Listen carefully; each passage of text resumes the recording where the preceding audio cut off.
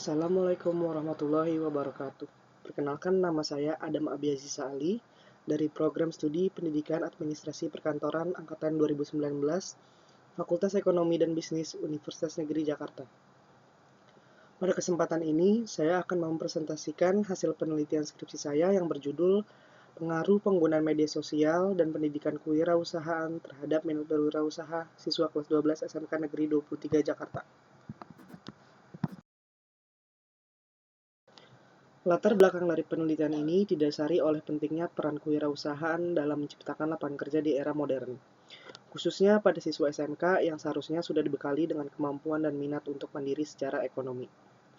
Berdasarkan data dari Badan Pusat Statistik per April 2024 yang ditampilkan dalam tabel berikut, terlihat bahwa lulusan SMK masih menjadi kelompok dengan tingkat pengangguran terbuka tertinggi dibandingkan dengan tingkat pendidikan lainnya selama 3 tahun berturut-turut.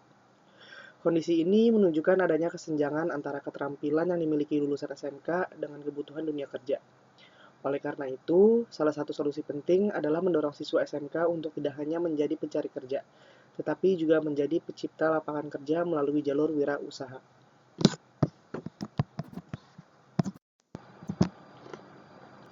Selain data nasional dari BPS, saya juga melakukan observasi awal secara langsung terhadap siswa kelas 12 di SMK Negeri 23 Jakarta untuk melihat seberapa besar minat mereka terhadap kewirausahaan.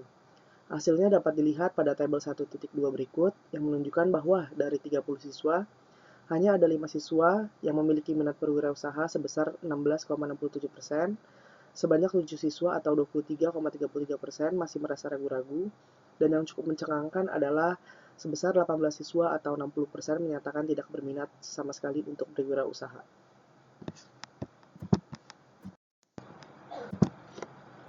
Setelah mengetahui bahwa sebagian besar siswa belum memiliki minat berwirausaha, saya pun melanjutkan prariset untuk mengidentifikasi faktor-faktor apa saja yang mempengaruhi minat berwirausaha siswa kelas 12 SMK Negeri 23 Jakarta. Hasilnya pun dapat dilihat pada tabel berikut yang memuat 6 faktor utama beserta nilai rata-rata tanggapan siswa. Faktor media sosial memperoleh nilai tertinggi yaitu 4,47 dengan kategori sangat setuju, diikuti oleh pendidikan kewirausahaan dengan nilai 4,23, juga dalam kategori sangat setuju, dan faktor-faktor seperti lingkungan sosial, motivasi, bakat, dan kemauan, semuanya berada pada kategori setuju, namun dengan rata-rata yang lebih rendah. Berdasarkan hasil tersebut, saya dapat menyimpulkan bahwa media sosial dan pendidikan kewirausahaan adalah dua faktor yang paling dirasakan siswa sebagai penentu minat mereka dalam berwirausaha. Oleh karena itu, saya memutuskan untuk memfokuskan penelitian ini pada kedua faktor tersebut dengan tujuan untuk menguji seberapa besar pengaruhnya secara statistik terhadap minat berwirausaha siswa. Dan saya merumuskan 3 pertanyaan penelitian utama, yaitu yang pertama, apakah penggunaan media sosial berpengaruh terhadap minat berwirausaha siswa? Yang kedua, apakah pendidikan kewirausahaan berpengaruh terhadap minat berwirausaha siswa? Dan yang ketiga, apakah kedua variabel tersebut secara bersama-sama berpengaruh terhadap minat berwirausaha siswa SMK Negeri 23 Jakarta? Kemudian berdasarkan rumusan masalah, tujuan dalam penelitian ini yaitu yang pertama untuk mengetahui apakah penggunaan media sosial berpengaruh terhadap minat berwirausaha, dan yang kedua mengetahui apakah pendidikan kewirausahaan berpengaruh terhadap minat berwirausaha siswa, dan yang ketiga mengetahui kedua variabel tersebut secara bersama-sama berpengaruh terhadap minat berwirausaha siswa SMK Negeri 23 Jakarta.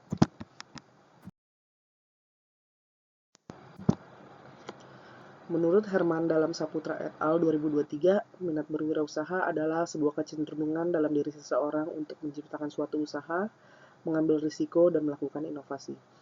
Adapun penelitian dari Susilawati 2022, Cahyani et al. 2022, dan Saputra et al. 2023 menunjukkan bahwa minat berwirausaha dapat diukur melalui 4 indikator utama, yaitu ada kemauan dan kesadaran, peluang usaha, kreativitas dan orientasi masa depan, dan yang keempat ada aspek emosional dan sosial.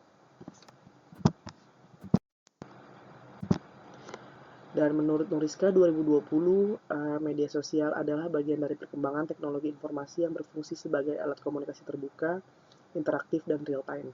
Sementara menurut Susilawati 2022, Rizkyadi dan Susilistowati 2021, dan Mutakin et al. 2022, indikator penggunaan media sosial dapat diukur melalui 4 indikator utama, yaitu yang pertama ada komunikasi dan aksesibilitas, yang kedua ada konten dan interaksi, yang ketiga ada jaringan dan komunitas, dan yang keempat ada kepercayaan dan kredibilitas.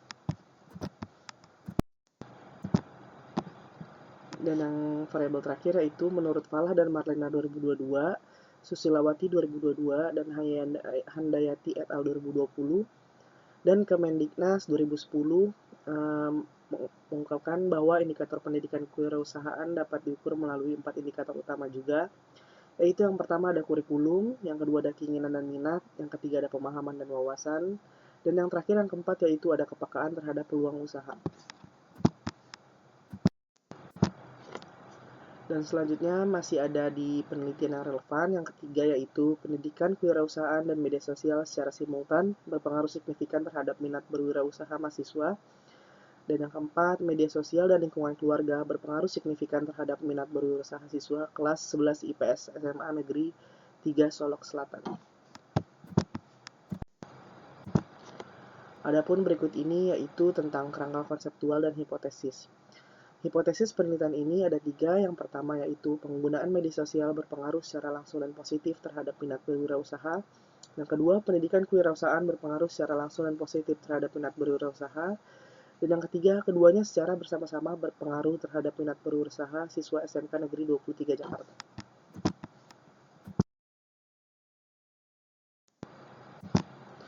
Dan berikutnya yaitu ada penjelasan tentang waktu, tempat, metode, dan desain. Dan dalam waktu ini, penelitian dimulai dari Desember 2024 dan yang bertempatan di SMK Negeri 23 Jakarta dengan menggunakan metode pendekatan kuantitatif, dan desain penelitian ini menggunakan metode survei, instrumen kuesioner. Dan berikutnya adapun populasi dan sampel. Populasi dalam penelitian ini yaitu seluruh siswa kelas 12 SMK Negeri 20 Jakarta dengan total 5 program keahliannya sebanyak 196 siswa. Pengambilan sampel yang dilakukan menggunakan teknik proportionate stratified sampling, lalu perhitungan sampel menggunakan rumus Lovin dengan tingkat kesalahan 5% sehingga diperoleh hasil sebanyak 132 siswa dengan analisis pembagian perjurusan seperti yang terdapat pada tabel berikut ini. Berikut adalah penjelasan tentang teknik pengumpulan data dan teknik analisis data. Dalam teknik pengumpulan data, dilakukan secara primer atau langsung melalui metode survei dengan menyebarkan kuesioner. Dan adapun teknik analisis datanya yaitu data diolah dengan teknik analisis SAMPLS menggunakan alat bantu software SmartPLS versi 4. Berikut ini merupakan konsep dasar SAMPLS yang dibagi menjadi 2. Yang pertama ada evaluasi outer model dan yang kedua ada evaluasi intermodel. Di dalam evaluasi outer model yaitu ada 3 pembagian data. Yang pertama ada conversion validity, yang kedua ada discriminant validity, dan yang ketiga ada composite reliability. Dan di dalam evaluasi intermodel yaitu kita dapat melihat R-square, F-square, dan uji hipotesisnya.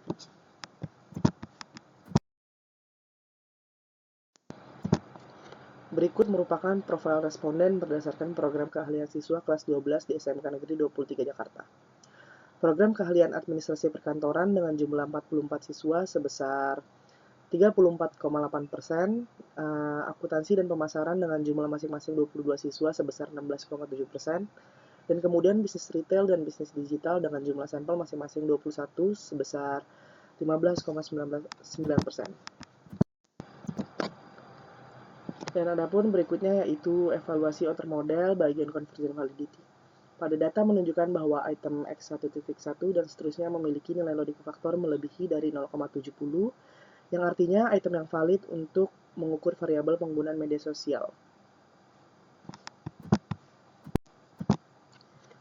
Dan adapun dapat disimpulkan bahwa setiap item valid untuk mengukur variabel X1, X2, X3, dan Y, kemudian nilai keseluruhan AV yaitu melebihi 0,50 dan dapat dinyatakan bahwa kriteria nilai conversion validity terpenuhi dengan baik. Dan berikutnya masih ada di evaluasi outer model bagian discriminant validity. Setiap item X1.1 dan seterusnya memiliki korelasi lebih tinggi dibandingkan dengan konstruk lainnya, sehingga korelasi konstruk dengan nilai indikator dinyatakan valid. Dan berikutnya masih juga di evaluasi outer model yang terakhir, yaitu composite reliability. Di sini dapat kita lihat bahwa setiap item secara keseluruhan dianggap reliable atau konsisten. Dan saatnya masuk ke evaluasi inner model, yaitu yang pertama ada R-square. Di sini dapat kita lihat bahwa nilai R-square memenuhi kriteria dan X1 dan X2 berpengaruh kuat terhadap Y sebesar 93,5%. Dan adapun hasil analisis F-square, di sini dapat kita lihat bahwa pengaruh X1 terhadap Y sebesar 0,578, maka memiliki efek yang besar. Dan yang kedua, pengaruh X2 terhadap Y sebesar 0,321, maka memiliki efek yang kecil. Dan yang terakhir, dari analisis evaluasi inner model, yaitu ada uji hipotesis. Di sini dapat kita lihat bahwa setiap variabel berpengaruh langsung dan signifikan. Artinya variabel X1 akan meningkatkan variabel Y, dan variabel X2 akan meningkatkan variabel Y, dan juga pengaruh variabel X1 terhadap Y memiliki pengaruh signifikan tertinggi.